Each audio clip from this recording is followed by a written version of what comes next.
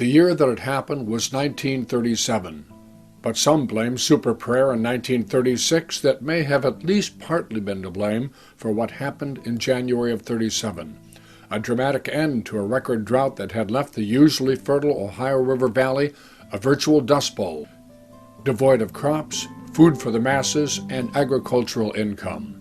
The sky delivered record rainfall that January, triggering unsurpassed flooding that backed up in cities and towns from Point Pleasant, West Virginia to Cairo, Illinois. The flooding left some 350 dead and almost 1 million homeless. Evansville was not spared. Thousands of homes and businesses were filled with dank, sewage-laden water from the Ohio River and Pigeon Creek. Thousands of local residents and the National Guard came to their rescue, providing shelter and food. Those heroes became the first group to ever win the Rotary Civic Award. Another disaster gripped the pocket city less than a decade later. Thousands of local men and a lesser number of women deployed to save our nation and the world from despots in other nations, leaving local families without breadwinners to fend for themselves. Again, simple human beings performed superhuman work to feed the hungry and house the newly poor. The Evansville Red Cross Canteen workers became the second group to be awarded the Rotary Club of Evansville's Civic Award. Fast forward 76 years to still another disaster, the COVID-19 pandemic. Millions are dead worldwide. Hundreds have died in the Evansville region. Tens of thousands became seriously ill in our area. Many still are. And the war against the virus is not yet over. For only the third time in 93 years, the Rotary Club of Evansville presents its highest recognition, our Civic Award, to a group of heroes. It started with a phone call. We were called together by Jill Carpenter of the Community Foundation Alliance, and who she called was the Southern Indiana Grant Makers. So that is all the local foundations through the region who actually do fund the work of many of our nonprofits. And she was, we have to do something. We knew immediately that nonprofit organizations would be dramatically affected economically. And these are the organizations that are really doing the most important work day in and day out to uplift our friends and neighbors who really need assistance. And so it's imperative upon the region to come together to raise money to support those organizations. The group of people that came together from Evansville formed this COVID fund, have saved a number of us. We were able to keep our full-time staff, our part-time staff employed.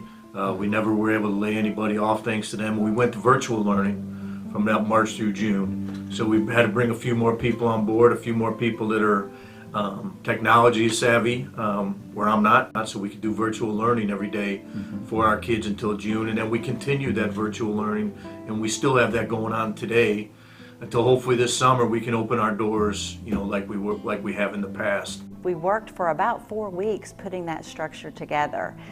We decided that we wanted it to be a fund greater than Vanderburgh. We felt like it should be a regional fund serving 5 counties. What we've learned over the last decade or decade and a half is that we work really well as a region.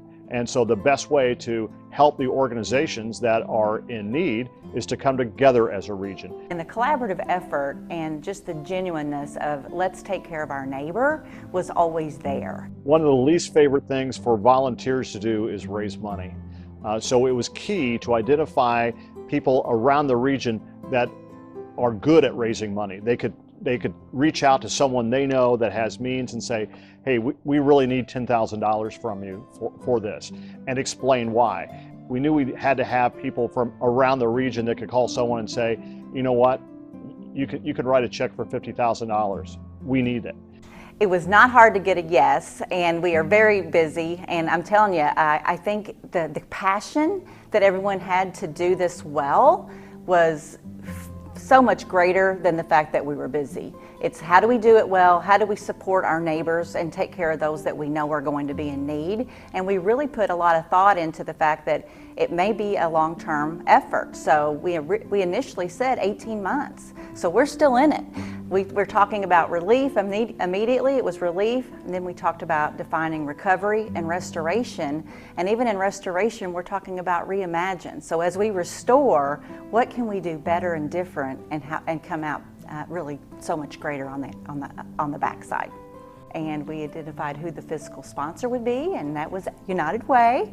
So very proud to be a part of this, and the collaborative effort and just the genuineness of let's take care of our neighbor was always there. What I've heard is this, that nonprofit organizations that are in the trenches every day that thought they were going to have to shut their doors because of a lack of funds were able to keep their doors open. And that meant helping families, many of whom have never faced a crisis of this magnitude.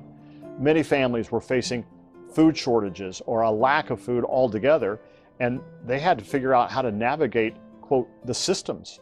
And what we know is the contributions to this fund and the benefit to all these organizations kept doors open, kept services open, kept food on the table for families, kept people in employment. Boys and Girls Club saves lives. I mean, you're an alumni, you've seen the studies that have been published. 57% of alumni of Boys and Girls Club said it saved their life. I'm not sure there's ever been a better fundraiser in the history of the city than Bob Jones. One, Bob is connected to every organization and every institution, not just in our region, but in our state. And Bob has a special knack for being able to really make a sell. And that's not to say we're really trying to make a hard sell, but Bob can communicate the need and can communicate effectively how a contribution or an investment will be put to good use. And Bob has told me probably 100 times since I've been in office, if you ever need anything, don't hesitate to call. We did not hesitate to call. When you see the people on this list, they didn't just start doing this. They've been doing this the whole time they've been in this community. This is a great group of people that didn't just start doing this during COVID. They've been taking care of this community for a long time. Thank you. You all are awesome. And continue to do the great work you do, which I know you will, because that's who you are. We live in a community that works together, that collaborates, that cares for one another so much that this community raised $6 million to provide for and to support individuals in their greatest time of need. And far too often, we do just take for granted those tremendous community assets.